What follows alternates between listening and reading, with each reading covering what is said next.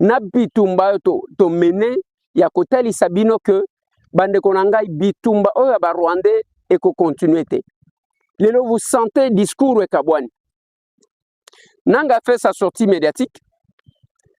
Azolo bandenge nini ba prêtre à 5 ans, il y a préciser, je crois que la régie va vous mettre cet extrait là. Ba prêtre membre à 5 ans na SCC ba kendaki ko bénir bango. En d'autres termes, encourager bango na o ba ko sala. Voilà pourquoi ils sont tous souriants. Tango ba mona ka bango bazo sepela parce qu'ils ont réussi. Favorables, ils sont en train de venir par milliers. Les évêques de la Cinco et ainsi que ceux de l'ECC, ils ont béni cette terre. Le président Joseph Kabila, en dépit de son statut, il est parmi ceux qui sont aujourd'hui persécutés. Il est donc venu et il ne nous a pas rejoints. Je dis, nous l'avons accueilli parce qu'il est venu dans son pays. Je voudrais préciser que Goma, pas Goma seulement, le Kivu, l'Est de la République du Congo, reste congolais. Nous sommes des Congolais et personne ne peut nous enlever ces droits-là. Alors le président Kabila est venu chez lui. Il sait qu'il ne peut pas faire à Kinshasa.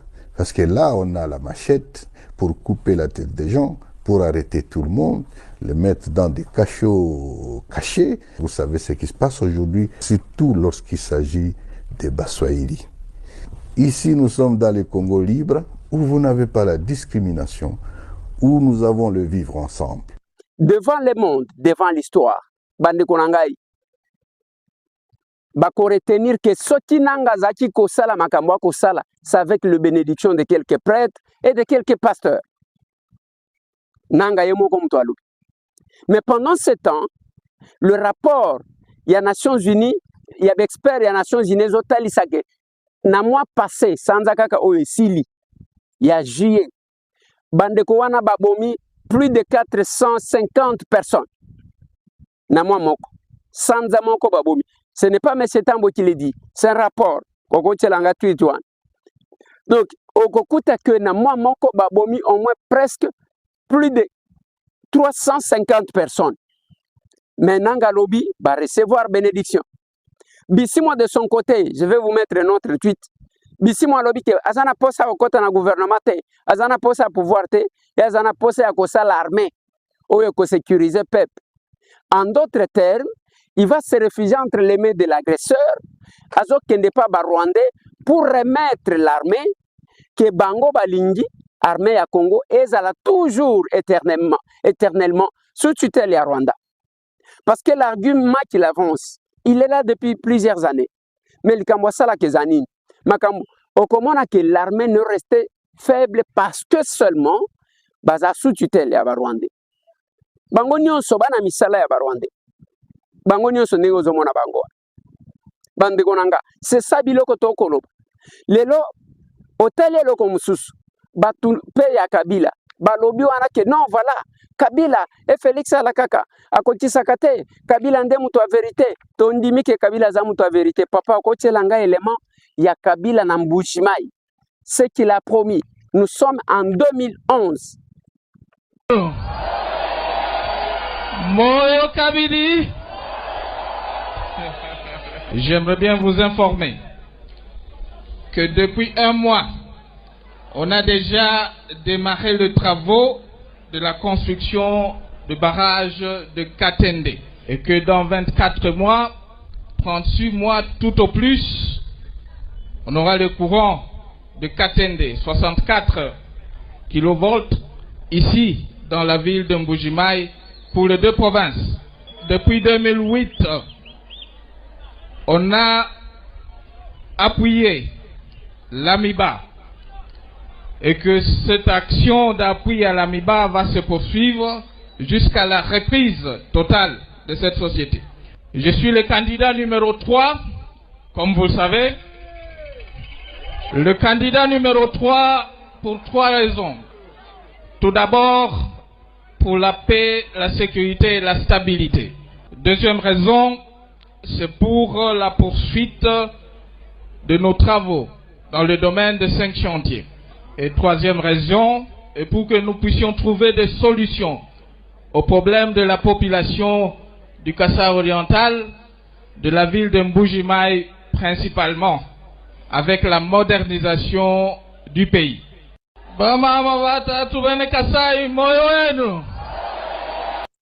Voilà. Ça, c'est Joseph Kabila. Bisoye na Mbuji-Mayi tozana courant. Ou bien, 24 mois na ekokate. Bisoye na kananga tozana courant ya shit katende. Kakobola babanda basilisa yango. De quoi vous parlez, bande konanga? Même soti bozana koyi na mutu. Bokoti koyi na Félix Antoine Tshisekedi avec les efforts qu'il est en train de fournir.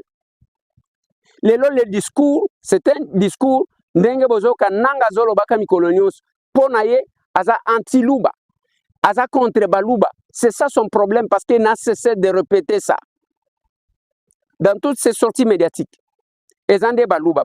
Ndozo mona ba mususo bazo tambolaka oyo bakena ko bengana na ambassade na nini azo kende kuna. On vous dit clairement que les dossiers eza problème ya gestion te. Eza problème oyoti bango bazana discours mon côté. Baza oyo alobi boy, oyo alobi boy, oyo alobi boy, oyo alobi boy. C'est ça. Mais nanga ya kufa kaka na baluba. Koluka ko poser baluba na baswahili. Nasina lobi autant de fois awa. Mais vous allez sentir lui-même qui était là quand il était à la CENI. Quand il était dans ses affaires na bakare minier. Quand il avait de ministre au gouvernement du même Félix Oyazo Fingalelo. Yango ngana zolo baka mikolonios. Les coopérants politiques et bazaka na chance ya ko arracher la signature du chef de l'État. Nanga avait le membre au gouvernement. Nanga avait le mandataire. Azachi kozwa baswahili combien? Azachi kolobela combien baswahili? Lelo a komi koluka ko poser bato. C'est quand les gens manquent d'arguments, ils sont là. Nanga olaka kibiso ke le 30 ko fede na Kinshasa. Yango to kozela kati lelo tika kolela lela ozamu wa mobile. Olaka kibiso ke le 30 juin okozala na Kinshasa. Okomi kolela ndengeli. Oh voilà accord négociation à Doha tondimi. Mais tangu bazaki koloba na yo ke nzela ozokota wana ezabi tumba ya gouvernement rwandais, ça n'a rien à voir avec les Congolais. Oye obomisi bato. Lelo ezamde ba sango zo bimisake bango wana. Bande konangai, comme nous sommes les moments ya rappel. Nazo tshela bino Jeannette Kabila qui va vous rappeler ayebi sabino nanya boma mzee Laurent Désiré Kabila. Il parle na bitumba ya RCD. Mettez-moi cet extrait là papa. Une année, 3 mois après, en 1998, nous avons connu une rébellion. Et une rébellion de RCD Goma, qui était soutenue par nos voisins du Rwanda. Ils ont soutenu cette rébellion. 1998, la rébellion jusqu'à 2001, et c'est à cause de cette rébellion, honorable président, notre troisième président a été assassiné, M. Laurent Désiré Kabila, le 16 janvier 2001. Il était assassiné. Malgré tous les efforts qui ont été faits par les pays de la SADC, et je remercie encore, nous savons qu'on avait eu des discussions ici, et je vais revenir à ça. Quand on a assassiné M. Laurent Désiré Kabila, notre troisième président, la guerre a continué. Et vous connaissez l'histoire. On a connu notre quatrième président, le président Joseph Kabila, qui à l'époque, il avait 29 ans, honorable président. 29 ans. Et c'est lui, après tout ça. Voilà. Ça, c'est Jeannette. Mais maintenant, quand j'ai entendu ça, je me suis dit, waouh. Alobeli Rwanda, alobeli comment RCD, Bazwa Manduki, avec le soutien à Rwanda, Bayako Boma, Ndekuna Mzee Laurent Désiré Kabila Koufa. Les Katangais, vous pouvez m'écouter maintenant. Boyebi Sangai, Edi Kapenda Sala autant d'années en prison, pourquoi? Soki Bango Moko Bayebi Babomi, ya Mzee Laurent Désiré Kabila. Les Katangais, c'est le moment de nous écouter. Naïbi Sakabino tous les jours que réflexe ou sentiment ya mwana nyonso. Oh babo mela papa naye ezaya ko venger makila papa naye. C'est ce qu'on n'a pas vu avec Joseph. Il est venu Batouana que Jeannette Azoloba a commis ça qui bango baninga naye. Botala même son arrivée à Gom. De Batouana zaki na bango. Je me pose la question comment un enfant peut faire du bourreau de son père, son ami. Non, non, non. Wanangate Mutuna Lobi, c'est Jeannette qui a parlé. Mais c'est embêté parce que Mikolo, nazo préféré que la bino ba image pour que vous comprendre. Ce qui bon moni na tcheli bino image de Joseph Kabila. Na chiluba na ya zolo bana mbushimai. Ezaya que comme ça muto parole. Tout le monde a sous Joseph Kabila. Ba tchela biso ba photo ya minen. Ya ba métro Kinshasa. Ba TGV na Kinshasa. Ba TGV na Congo. Et sika to suka na ngoto ibite. Ba tikela biso ka ba rai news eza boucher ba kunda yango même na 24 wana ba kunda rai. Eza kolobake train ko songa ka lisusuté. Ça m'étonne quand je vois les gens en train de beaucoup parler. Alors nous avons posé la question. Quand Jeannette confirme que nous allons Laurent Désiré Kabila babo makaye na ba condition. Donc en complicité na bato RCD. Mais beaucoup ici bango baningande. Bokomi na bango bras dessus ndengeni. Bokeli susu ko komisa ba Rwandais ndengeni. C'est ça bande konangai. Et nous sommes là tant on a eu ça qui vient bote que l'angai stress, bote que l'angai insomnie, bote que l'angai tension. Nyonso bande konanga, je savais que Batouana, c'est une aventure qui n'ira pas plus loin. Donc bazaki ko rêver et que le Rwanda devrait les utiliser comme affrontement entre les Mobondeo, le FARDC dans la ville de Kinshasa. Qu'est-ce qui se passe actuellement Bandeko Barandi? Parce que au moment qui présence, il y a M. Joseph Kabila na Congo Brazzaville pendant 72 heures. Joseph Kabila na kata oyo tobengi Congo Brazzaville pendant 3 jours. Maintenant le lobo ozali koyoka affrontement et Salemi na commune ya Maluku. Oyo ezali dans la ville province de Kinshasa. Et qu'est-ce qui se passe, mes chers amis, mes chers compatriotes congolais, et quel a été le projet planifié entre Joseph Kabila et Sassou Nguesso? Mbote na ba union surtout bazui ibaku malamu ya kolanda biso na chaîne oyo ya bino ya de tata et de maman. Congolais de père et de mère. Bandeko Balandi, je pense que le lot vous allez découvrir makambu ebele oyo ezalaki caché. Na makambu oyo ezalaki caché, bokoye ba la suite. Il y a retour, il y a M. Joseph Kabila na ville ya Goma. Et sur le deuxième point, bloc, il y a des opposants. Oh, il y a des sangani. Basali Kokota messe noire contre la République démocratique du Congo. Togobeta Masolo wana elo. Aimez et partagez notre émission. N'oubliez pas de laisser vos j'aime et n'oubliez pas de laisser vos commentaires partout où vous êtes en train de me suivre sur votre chaîne de Tata et de Maman. Bandeko Balandi, l'heure est grave. L'heure est grave parce que Tosali na moment il y a distraction. Tosali na moment il faut éveiller conscience, il y a peuple congolais. Au moment où je vous parle, il y a déjà un plan bien établi dans le Congo Brazzaville. Présence de M. Joseph Kabila dans le Congo Brazzaville était venu pour activer l'accélérateur. L'accélérateur, cela veut dire il était venu pour activer le plan B. Le plan B, c'est le plan de guerre dans la ville de Kinshasa.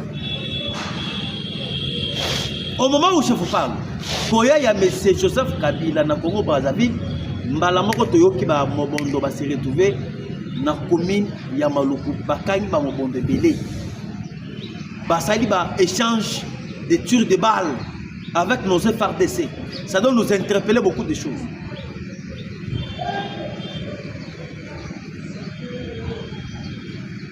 Joseph Kabila a sali 3 jours na Brazzaville. premier jour, bakutani na quelques officiers militaires. Oyo bakima basala autobéni désertion au sein de l'armée, bakima se retrouva na Congo Brazzaville. Joseph Kabila est allé visiter base militaire. Oyo yaye ezalaki na Kingakati, oyo bakima na Kingakati, bakenda ko se réfugia na autobéni Congo Brazzaville. Joseph Kabila na troisième jour basololaki na Denis Sassou Nguesso. Kosolola na bango na Sassou Nguesso ezalaki lien à ce qui concerne la stratégie qui seront montées na Brazzaville pour achever le président Félix Tshisekedi pour atteindre la ville de Kinshasa. Bandeko Nasali Koueb, c'est bien que Sassou Nguesso est très en colère. Sassou Azali Nakanda, c'est parce que le président Félix Tshisekedi a bloqué Bakare minier na bango nyonso Kabila pesa bango ba concession Kabila pesa bango. Boyebi l'arrestation de Martin Kabweloulou. Martin Kabweloulou, c'est un ancien ministre des Mines. Oyo bakangaki na CNS. Il a été auditionné. Et Martin Kabweloulou avait accepté de coopérer avec la justice congolaise. Ancien ministre des Mines avait accepté de coopérer. Pour collaborer avec la justice congolaise, cela veut dire Anima qui peut dénoncer, peut dévaler. Bakare minier na ba concession minier. Oyo apesa ki bato ebele. Nde bisika boye ko découvrir bakangi Sassou Nguesso na ba concession. Ya ba minerai na kati ya RDC. Plus ou moins 150 concessions. Na révélation ya Martin Kabweloulou, ancien ministre des Mines, accueille ko révéler va découvrir que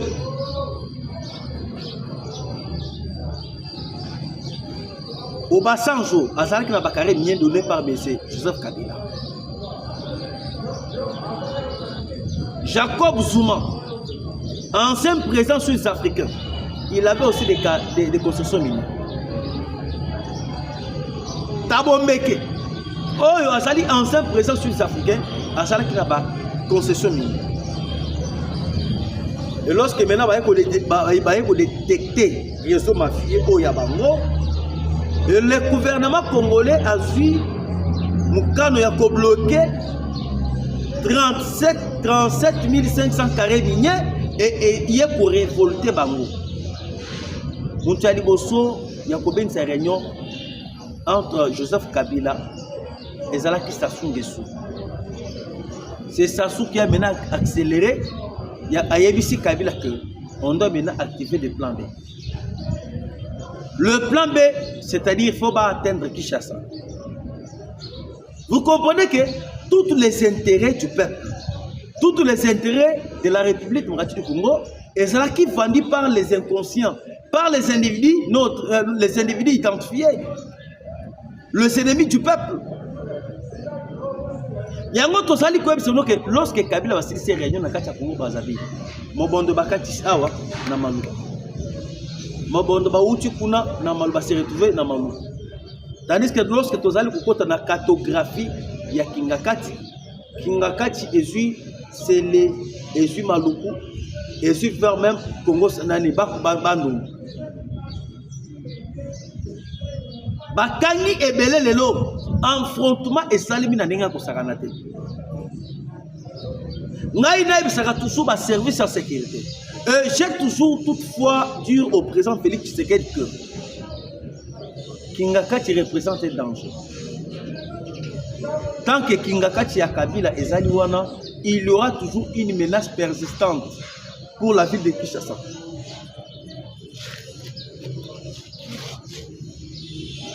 Et au moment où je vous parle, Mais c'est Joseph Kabila basali alliance na bango nyonso. Et objectif na bango ezali objectif ya keba atteindre Kinshasa. Je ne suis pas prophète et je ne suis pas contre le pays et je vais toujours déballer. Bokoyoka aux jours à venir. Le Soudan du Sud. Bitumba et Kosalem. Bas Soudanais, Bakoko Takuna, parce que Kabila accueille, parce que lorsque Basilisi Makamuna Bango, na Brazzaville, Joseph Kabila qui est la partie à Goma, a réconcilié tous les troupes armées, Yaba rebelles, Batunyanero, Red Tabara, l'M23, les Codeco, le ADF, voire même il y a Thomas Lubanga. Joseph Kabila a réconcilié tous les mouvements rebelles. Et il va réconcilier avec cet objectif de commencer à attaquer la République démocratique du Congo, à déstabiliser la RDC. Il va déstabiliser le côté Sud-Soudan, il va attaquer le côté Sud-Soudan. Il va attaquer le côté Ituri. Il va attaquer le côté Nord-Kivu. Il va attaquer le côté Tanganyika. Makambu oyo nazali koloba esengeli ekoma na matoi ya tata mokonzi mboka. Makambu oyo na koloba awa esengeli ekoma na matoi ya ba autorité sécuritaire. Au moment où je vous parle, boye ba yango que ba utu kokanga à peu près 20 millions de dollars américains na Tanganyika. Na 20 millions oyo ba uti kokanga na Tanganyika ezalaki mbongo oyo batindaki pour que basomba ba colonel ba major pour que ba déstabiliser Tanganyika ekoya na maboko ya batomboki.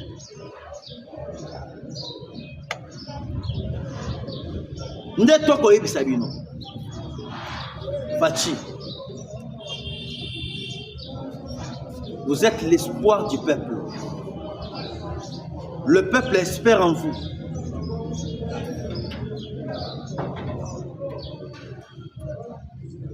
Peuple appelle ça qui au mandat. Et le peuple vous accompagne et le peuple est toujours derrière vous pour vous accompagner. Joseph Kabila que vous voyez, ce n'est pas une personne.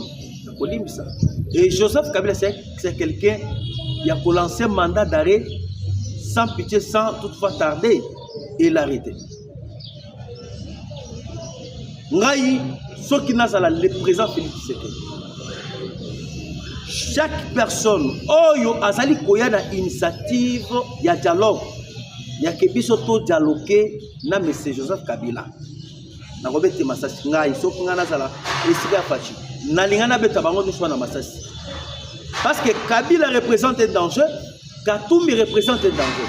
Vous pouvez imaginer, Batou Bakoufi est belé dans le Nord Kivu, Batou Bakoufi est belé dans le Sud Kivu. C'est à cause de M. Joseph Kabila. Mais tout ça, il y a un groupe crépuscule, un groupe d'individus, Bazali ko s'hazarder et Bazali ko senga et pas ya tata mokonzi mboka. Le président Tshisekedi a dialogué avec un groupe ya criminel.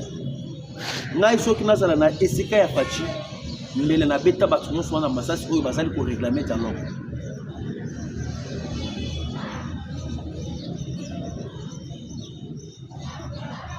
La République démocratique du Congo ezosenga que totelema biso nyonso comme un seul homme.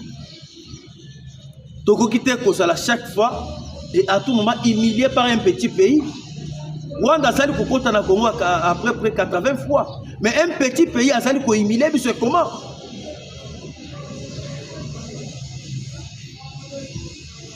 Le lobo azali koyoka. Bitumba oyo tata mokonzi mboka azali kobunda, azali bitumba ya mboka. Azali kobunda pona la souveraineté, l'intégrité territoriale. Tous on a histoire.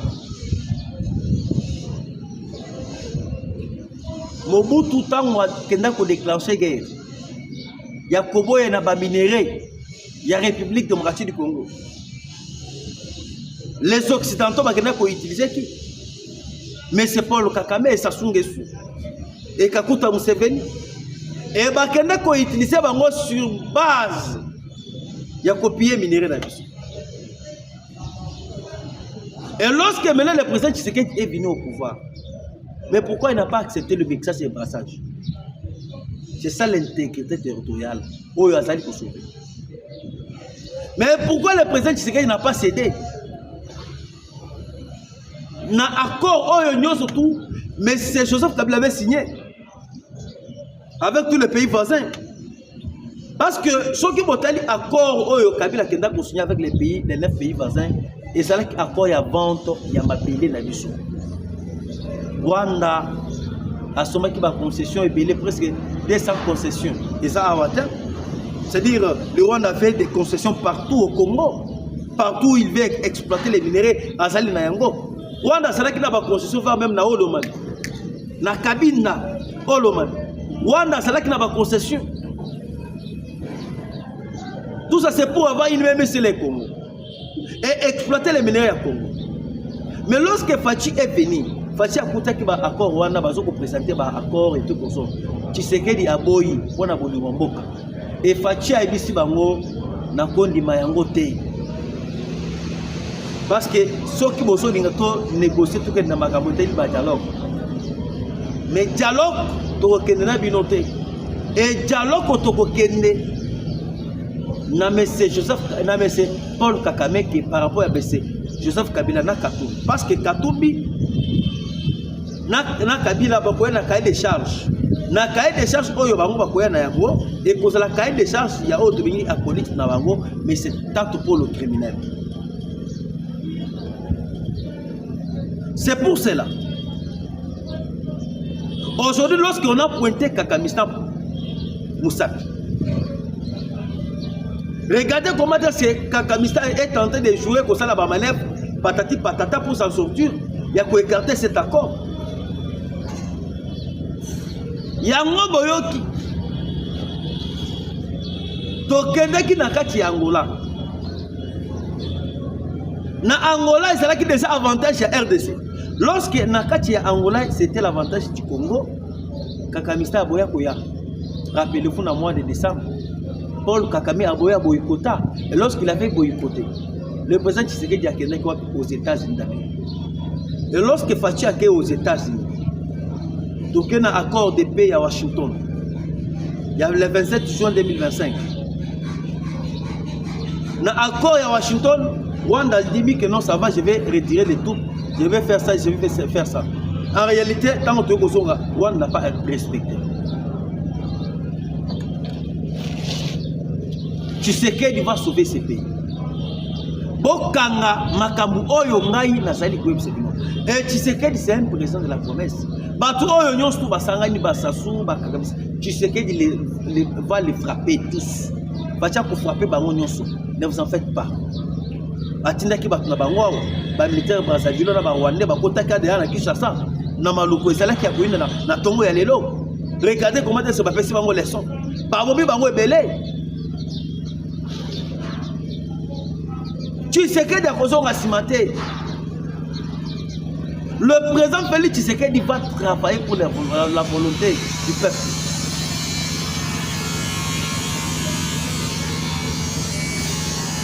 Les lois va sangani ebele, va fayulu, va bongo, va chole, va continue la messe noire. Les lois en bongo à télé. En bongo azali koloba po eteno génocide ya Rwanda. Rwanda, batu bakufi ebele, mais azali ko ignorer la jeunesse oyo ya République démocratique du Congo. Pona monsieur Ambongo azali ko valoriser. Ba Rwandais oyo bakufa na 1994. Maintenant les Congolais oyo bakufi 96, 97, 2001, 2004, 2006, 2009, 2013, 2016, 2022 et 2025. Tous ces mondes-là des Congolais, oyo bakufi na génocide, oyo y a agression rwandaise. Ambongo azali ko reconnaître. Ce sont des gens achetés par les billets verts, bazali bato oyo basomi bango na bambongo oyo bazali kosala mpona intérêt ya Rwanda moto akosa bino boyebisa ngai mokolo ata moko ambongo aye kosalisa mesi ya génocide na kati ya République démocratique du Congo aucune fois. Mais ambongo prend le courage azali kokende na kuna kosalisa ba mesi na kati ya otolingi Rwanda. Bato wana basali na bolingo ya mboka te. Bato wana basali na bolingo ya Rwanda et non pas bolingo ya Congo.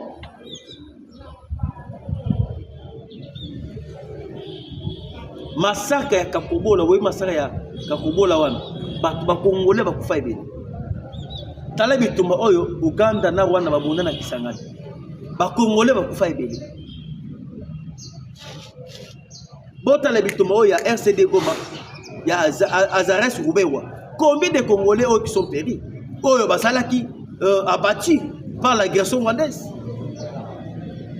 Et si quoi lelo, tomoni ambongo a télémi à l'obi que non, sans M. Joseph Kabila dans ces pays, là, il n'y aura pas la paix. Et ambongo a télémi, sans Katumbi dans ces pays, il n'y aura pas l'invertissement. Et Ambongo ajoute encore pour dire que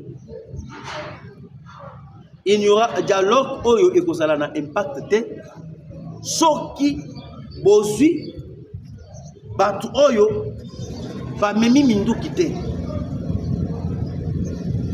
Dans un sens oyo Ambongo azali kopesa biso message.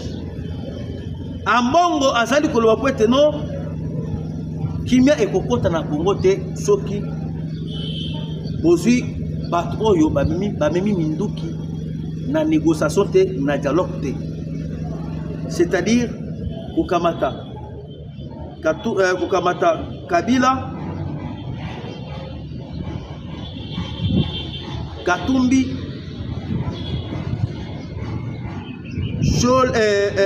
Nanga Naba Bertin Mission baya tovanda na bango na négociation nde bato bamemi minduki bango wana. C'est ce que Ambongo nous a dit. C'est-à-dire bato yo bamemi makila ya peuple, bato bameli makila babomi peuple. Kimia ekokota te soki tosololi na bango te. Maintenant lorsque tokosolola na bango, bato oyo bango bakufi babomi wana bakola musa bango ou bien na dialogue oyo biso tokosala nde kosala ke bato oyo bango babomi pendant 1997 nde bakola musa bango. Soki boza kolinga dialogue to négocier na bango et tout consort, on a disconvient pas. Dialogue oui, mais avec quel objectif? Mais dialogue oyo bino bokolinga to ke na dialogue esengeli bola musa bato oyo bino bobomi na Bukavu, bola musa bato oyo bino boke koboma na oto mingi Nord Kivu, va même Goma. Beaucoup négocier dans les rebelles. Jamais les États-Unis n'ont jamais coopéré avec les rebelles, avec les terroristes. Nayoki bato basali ko s'agiter belé. Pona likamoteli Elon Musk. Tonira to lobele yango te mais je suis sincère pour lobele yango. Elon Musk c'est quelqu'un qui a maintenant pour jouer la carte du Rwanda et le Qatar. Na minute oyo ba démocrate batie bambongo ebele en jeu. Et bambongo ebele batie en jeu, batie bambongo wana pour que ba déjouer la carte du président américain Donald Trump. Ce que botali lelo Trump azali maintenant pour se pencher dans ba pays à Moyen-Orient, Trump azali maintenant ba pour négocier avec Vladimir Poutine. Parce que Trump azali ko accuser maintenant ba européens comme azali à la base, il y a financement, il y a insécurité dans autre pays Afrique voire même Europe. Trump, il ne faut pas qu'on t'en a Vladimir Poutine. C'est déjà un message où il a dit déjà que les États-Unis d'Amérique ont la même moralité avec les Européens. Et actuellement, ceux qui votent Elon Musk, ils bloquent, il y a des démocrates pour la contraindre Donald Trump pour que Trump, en 2028, va perdre les élections. Parce que Trump, c'est un républicain. ba rater élection pouvoir ezonga na maboko ya ba otulingi ba démocrate. C'est tout ce qui se passe. Le lobo yoki que non Qatar aki ko sala kona. Qatar est utilisé par Elon Musk parce que Elon Musk a aussi ko sala parti politique azala qui proche à Trump. Lorsque Trump a eu congolais par rapport à ba copa mena mesana ko sala na otulingi Afrique copier ba minéraux tout ça, Trump lui a écarté. Lorsque Trump a écarté et Elon Musk a sala ko la otulingi revanche. Revanche, il faut maintenant pour étouffer toute la politique américaine. Toute la politique, Donald Trump a zali kosala pour qu'il a échoué. Qu'on ne vous trompe pas. Alors, mes chers amis, malgré nous pouvons parler Elon Musk et consorts, Bisso Congolais, nous sommes censés les défendre notre intégrité territoriale. Tous à la Bolingua Congo, tout défendre Congo et tout défendre Mabélé Oyo Kiapiso. Tshisekedi c'était animé comme moi, comme toi. Tshisekedi a koleka. Mboka ya Congo ekotika. Atanga iboye nenge to koloba na bino un jour na kolekaka. Et lorsque na koleka maintenant quel sera l'avenir du Congo? Ce que yo osali poser conscience, ce que yo osali comprendre que ce que j'ai fait c'est pour mon pays. Oh na sali ko sala ezali pona mboka nanga. Ça sera trop tard. Alors, vous voyez déjà que tu allez accélérer dans ma cam.